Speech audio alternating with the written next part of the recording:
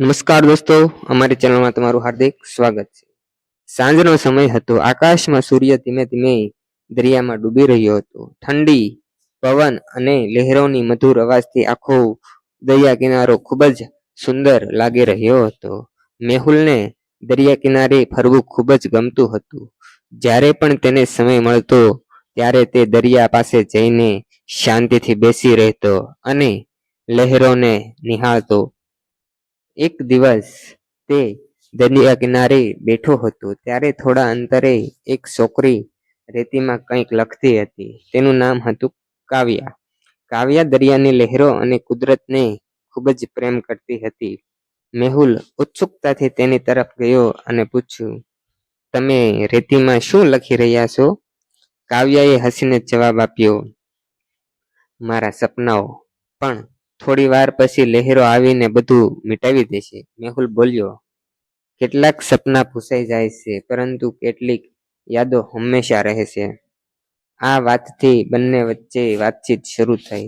તેઓ દરિયાની લહેરો જોઈને ઘણી વાતો કરવા લાગ્યા. કાવ્યાને ગીત ગાવાનો શોખ હતો અને મેહુલને ફોટોગ્રાફીનો. મેહુલે દરિયાની લહેરો અને સૂર્યાસ્તના સુંદર ફોટા લીધા અને કાવ્યાને બતાવ્યા. કાવ્યાએ તે ફોટા ખૂબ ગમ્યા. ધીમે ધીમે તેઓ રોજ સાંજે દરિયા કિનારે મળવા લાગ્યા. દરેક મળતી વખતે ક્યારેક રેતી પર ચાલતા તો ક્યારેક લહેરો પાસે બેસીને વાતો કરતા. એક દિવસ સૂર્યાસ્ત સમયે બંને શાંતિથી દરિયાને જોઈ રહ્યા હતા. લહેરો ધીમે ધીમે કિનારે આવી રહી હતી. મેહુલ બોલ્યો, કાવ્યા, મને લાગે છે કે આ દરિયાએ આપણને મેળવ્યા છે. કાવ્યાએ પૂછ્યું, એ વળી કેમ? મેહુલ બોલ્યો, કારણ કે અહીં મળ્યા પછી મારી જિંદગી વધારે સુંદર લાગી રહી છે. આ શબ્દો સાંભળીને કાવ્યા થોડું શરમાઈ ગઈ.